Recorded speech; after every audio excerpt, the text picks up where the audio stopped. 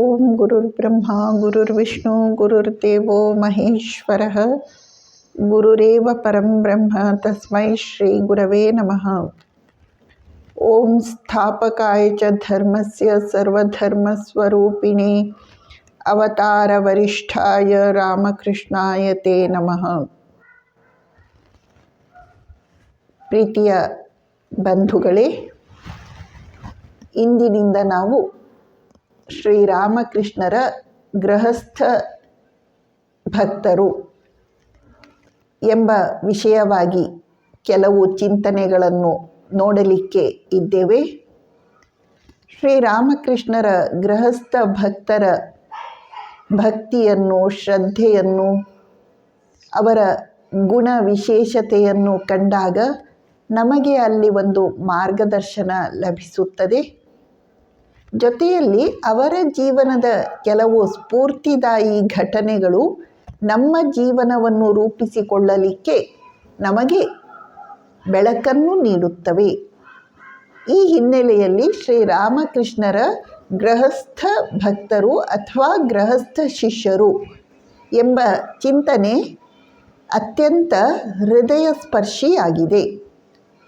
ಶ್ರೀರಾಮಕೃಷ್ಣರ ಎಲ್ಲ ಭಕ್ತರಲ್ಲಿ ಎಲ್ಲರಿಗಿಂತ ಮೊದಲು ಅವರ ಜೀವನವನ್ನು ಪ್ರವೇಶಿಸಿದಂತಹ, ಅವರ ಜೀವನದಲ್ಲಿ ಒಂದು ಮಹತ್ವಪೂರ್ಣ ಪಾತ್ರವನ್ನು ವಹಿಸಿದಂತಹ ಓರ್ವ ವ್ಯಕ್ತಿ ರಾಣಿ ರಾಸಮಣಿ. ರಾಣಿ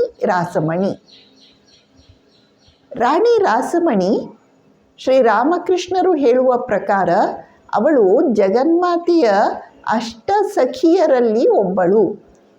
ಅವಳು ಜನ್ಮವೆತ್ತಿ ಬಂದದ್ದು ದೇವಿ ಪೂಜೆಯನ್ನು ಅಥವಾ ದೇವಿ ಆರಾಧನೆಯನ್ನು ಪ್ರಚುರಗೊಳಿಸಲಿಕ್ಕೆ. ಸೋದರಿ ನಿವೇದಿತಾ ತುಂಬ ಚೆನ್ನಾಗಿ ಬರೆಯುತ್ತಾಳೆ, ದಕ್ಷಿಣೇಶ್ವರ ಇಲ್ಲದಿದ್ದರೆ ಶ್ರೀರಾಮಕೃಷ್ಣರು ಇರುತ್ತಿರಲಿಲ್ಲ. ಲೌಕಿಕವಾಗಿ ಸಾಮಾನ್ಯ ವ್ಯಾವಹಾರಿಕ ದೃಷ್ಟಿಯಿಂದ ಆಲೋಚಿಸಿದಾಗ ದಕ್ಷಿಣೇಶ್ವರ ಇಲ್ಲದಿದ್ದರೆ ಶ್ರೀರಾಮಕೃಷ್ಣರು ಇರುತ್ತಿರಲಿಲ್ಲ. ಶ್ರೀರಾಮಕೃಷ್ಣರು ಇಲ್ಲದಿದ್ದರೆ ಸ್ವಾಮಿ ವಿವೇಕಾನಂದರು ಇರುತ್ತಿರಲಿಲ್ಲ. ಸ್ವಾಮಿ ವಿವೇಕಾನಂದರು ಇಲ್ಲದಿದ್ದರೆ ಅವರ ಪಾಶ್ಚಾತ್ಯ ಮಿಷನ್ ಅಂತ, ಧ್ಯೇಯ ಉದ್ದೇಶ ಅಂತ ಯಾವುದಿದೆಯೋ ಅದು ಇರುತ್ತಿರಲಿಲ್ಲ. ಹೀಗೆ ಶ್ರೀರಾಮಕೃಷ್ಣರ ಜೀವನ ಲೀಲೆಯಲ್ಲಿ ಅವರ ಲೀಲಾಕ್ಷೇತ್ರವನ್ನು ನಿರ್ಮಾಣ ಮಾಡಿದಂತಹ ಮಹತ್ವಪೂರ್ಣ ಕೀರ್ತಿ ಶ್ರೇಯಸ್ಸಿಗೆ ಪಾತ್ರಳಾದವಳು ರಾಣಿ ರಾಸಮಣಿ. ರಾಣಿ ರಾಸಮಣಿ ಹುಟ್ಟಿದ್ದು 1793 ಕೋನಾ ಎಂಬ ಹೆಸರಿನ ಒಂದು ಹಳ್ಳಿಯಲ್ಲಿ. ಅದು ಕಲ್ಕತ್ತಾದಿಂದ ಉತ್ತರ ದಿಕ್ಕಿನಲ್ಲಿದೆ, 30 ಮೈಲಿ ದೂರದಲ್ಲಿದೆ. ಅದು ಗಂಗೆಯ ಪೂರ್ವ ದಡದಲ್ಲಿ ಇರುವಂತಹ ಚಿಕ್ಕ ಹಳ್ಳಿ. ರಾಣಿ ರಾಸಮಣಿ ಬಾಲ್ಯದಲ್ಲೇ ತನ್ನ ತಾಯಿಯನ್ನು ಕಳೆದುಕೊಳ್ತಾಳೆ. ಬಾಲ್ಯದಿಂದಲೇ ಅವಳಲ್ಲಿ ಧರ್ಮಶ್ರದ್ಧೆ, ಭಕ್ತಿ ಇರುತ್ತೆ.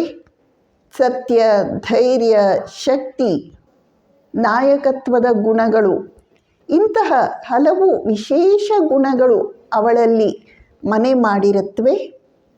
ಅವಳ ತಂದೆ ರಾಮಾಯಣ, ಮಹಾಭಾರತ, ಭಾಗವತ ಹಾಗೂ ಇತರ ಪುರಾಣಗಳ ಕಥೆಗಳನ್ನು ವಿವರಿಸಿ ಹೇಳುವಾಗ ಬಾಲಕಿ ಮೈಯೆಲ್ಲ ಕಿವಿಯಾಗಿ ಕೇಳಿಸಿಕೊಂಡು ಆ ತತ್ವಗಳನ್ನು ತನ್ನ ಜೀವನದಲ್ಲಿ ಮೈಗೂಡಿಸಿಕೊಳ್ಳುವ ದಿಸೆಯಲ್ಲಿ ತತ್ಪರಳಾಗಿರುತ್ತಾಳೆ. ಅವಳದು ಬಡ ಹಿನ್ನೆಲೆ, ಬಡ ಕುಟುಂಬದಲ್ಲಿ ಜನಿಸಿ ಬೆಳೆದದ್ದು. ಅವಳಿಗೆ 11ನೆಯ ವಯಸ್ಸಿನಲ್ಲಿ ರಾಜಚಂದ್ರ ದಾಸ ಜಾನ್ ಬಜಾರಿನಲ್ಲಿರುವ ಓರ್ವ ಶ್ರೀಮಂತ ಜಮೀನ್ದಾರ ರಾಜಚಂದ್ರ ದಾಸನ ಜೊತೆಯಲ್ಲಿ ವಿವಾಹ ಆಗುತ್ತೆ. ವಿವಾಹ ಆದರೂ ಅವಳು ಬಡತನದಿಂದ ಒಮ್ಮೆಗೇ ಸಿರಿವಂತಿಕೆಯ ಸ್ಥಿತಿಯನ್ನು ಪ್ರವೇಶಿಸಿದರೂ ಕೂಡ ಅವಳು ಅಭಿಮಾನಿಯಾಗುವುದಿಲ್ಲ, ಜಂಬ ತಾಳುವುದಿಲ್ಲ. ಅದೇ ಹಳೆಯ ಸರಳ ವ್ಯಕ್ತಿಯಾಗಿ ಇರ್ತಾಳೆ. ಬಡಬಗ್ಗರ ಕುರಿತು ಈ ದಂಪತಿಗಳಿಬ್ಬರಿಗೂ ಇನ್ನಿಲ್ಲದ ಕರುಣೆ, ಕಾಳಜಿ ಇರುತ್ತೆ. ಯಾರು ಕಷ್ಟದಲ್ಲಿದ್ದರೂ ಅವರಿಗೆ ಸಹಾಯ ಮಾಡಲಿಕ್ಕೆ ಅವರು ಮುಂದೆ ಇರ್ತಾರೆ. ಅವರು ಕೋಲ್ಕತ್ತಾದಲ್ಲಿ ರಾಜಾ ರೋಡ್ ಮತ್ತು ರಾಜಾ ಘಾಟ್ ಎಂಬ ಒಂದು ದೊಡ್ಡ ರಸ್ತೆಯನ್ನು, ಇನ್ನೊಂದು ನದಿಗೆ ಹೋಗಲಿಕ್ಕೆ ಇರುವಂಥ ಮೆಟ್ಟಿಲುಗಳು, ಘಾಟ್, ಇವನ್ನು ನಿರ್ಮಾಣ ಮಾಡ್ತಾರೆ. ಇನ್ನೊಂದು ಕಡೆಯಲ್ಲಿ ಕೂಡ ಅವರು ಒಂದು ಘಾಟನ್ನು ಕಟ್ಟಿಸಿರ್ತಾರೆ. ಜನ ಮಹಾಪೂರದಿಂದ ತ್ರಸ್ತರಾಗಿದ್ದಾಗ, ತಮ್ಮ ಆಶ್ರಯವನ್ನೆಲ್ಲ ಕಳೆದುಕೊಂಡಾಗ ರಾಣಿ ರಾಸಮಣಿ ನೂರಾರು ಜನರಿಗೆ ಮನೆ ಕಟ್ಟಿಸಿ ಕೊಡ್ತಾಳೆ, ಅನ್ನ ಆಹಾರವನ್ನು ಒದಗಿಸ್ತಾಳೆ. ಈ ರೀತಿ ಅವಳು ತನ್ನ ಧನವನ್ನು ಸೇವಾ ಕಾರ್ಯ, ದಾನ ಕಾರ್ಯಗಳಲ್ಲಿ ತೊಡಗಿಸಿ ತನ್ನ ಬದುಕನ್ನು ಸಾರ್ಥಕಗೊಳಿಸಿಕೊಂಡ ಓರ್ವ ಶ್ರೇಷ್ಠ ಮಹಿಳೆ. ಏನಾಯಿತು? ರಾಜಚಂದ್ರದಾಸ ತನ್ನ 53ನೆಯ ವಯಸ್ಸಿನಲ್ಲಿ ಆಕಸ್ಮಿಕವಾಗಿ ದೇಹತ್ಯಾಗ ಮಾಡ್ತಾನೆ. ರಾಣಿ ರಾಸಮಣಿಗೆ ಅದೊಂದು ಬಹಳ ದೊಡ್ಡ ಆಘಾತವನ್ನು ಉಂಟು ಮಾಡುತ್ತೆ. ಅದರಿಂದ ಚೇತರಿಸಿಕೊಳ್ಳುವುದು ಅವಳಿಗೆ ಕಠಿಣ ಆಗುತ್ತೆ. ತನ್ನ ಪತಿಯ ವಿಶಾಲವಾದ ಆಸ್ತಿಯನ್ನು ಅವಳು ಅತ್ಯಂತ ಬುದ್ಧಿವಂತಿಕೆಯಿಂದ, ಸಾಮರ್ಥ್ಯದಿಂದ, ದಕ್ಷತೆಯಿಂದ ಕಾಪಾಡಿಕೊಂಡಳು. ಅಷ್ಟೇ ಅಲ್ಲ, ಅದನ್ನು ಉಳಿಸಿ ಬೆಳೆಸಿಕೊಂಡು ಹೋಗುವ